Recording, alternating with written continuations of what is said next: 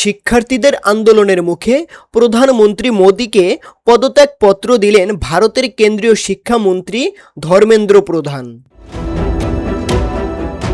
কেন্দ্র সরকার ও ককরোচ জনতা পার্টির মধ্যে তৃতীয় দফা বৈঠক শুরুর কয়েক ঘন্টা আগে সামাজিক যোগাযোগ মাধ্যমে এক্সে দেওয়া এক পোস্টে তিনি নিজের পদত্যাগের ঘোষণা দেন।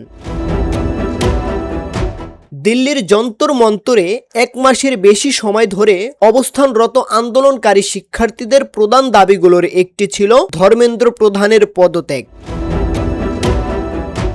শিক্ষার্থীদের নেতৃত্বদানকারী সিজেপি ও কেন্দ্র সরকারের আলোচনা ও দীর্ঘদিন ধরে এই দাবি ঘিরেই অচল অবস্থা ছিল।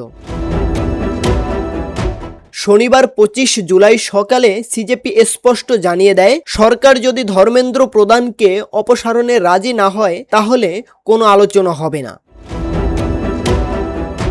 ধর্মেন্দ্র প্রধানের পদত্যাগের মাধ্যমেই আন্দোলনকারীদের উত্থাপিত সব দাবি পূরণ হয়েছে বলে প্রতিবেদনে উল্লেখ করা হয়। আন্দোলনকারীদের প্রধান দাবিগুলো ছিল ধর্মেন্দ্র প্রধানের পদত্যাগ, আন্দোলনকারী শিক্ষার্থীদের বিরুদ্ধে কোনো আইনি ব্যবস্থা না নেওয়া, নিট প্রশ্নপত্র ফাঁসের ঘটনাকে কেন্দ্র করে আত্মহত্যা করা শিক্ষার্থীদের পরিবারের জন্য ক্ষতিপূরণ। এর আগে শুক্রবার কেন্দ্র সরকার শেষের দুটি দাবি মেনে নেওয়ার আশ্বাস দিলেও শিক্ষামন্ত্রীর পদত্যাগের বিষয়ে কোনো মন্তব্য করেনি।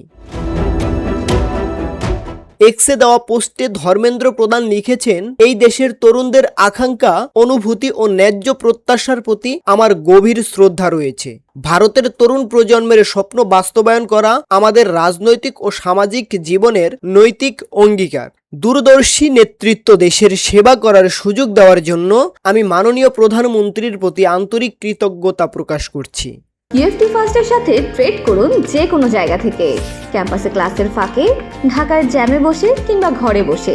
ট্রেডিং এখন হাতের মুঠোয়, তাই ট্রেড করুন যখন খুশি, যেখানে খুশি।